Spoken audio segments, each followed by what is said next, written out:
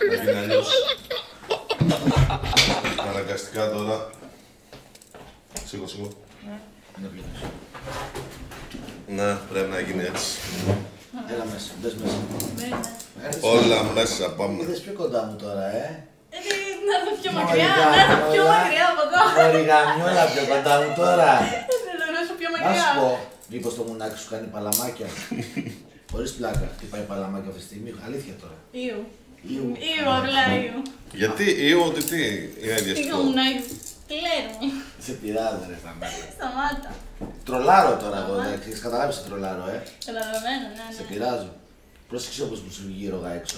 Σήκω λίγο καλύτερα, δεν είναι κάτσε καλά. Εκεί. Πράσου και πάει αυτό στο κεφάλι, κατά λάθος.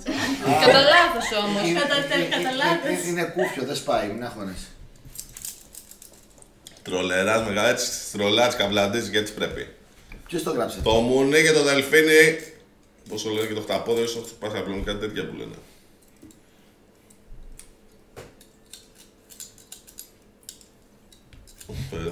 Λοιπόν, θέλουμε ιστορίες, γι' αυτό φεύγει ο κόσμος.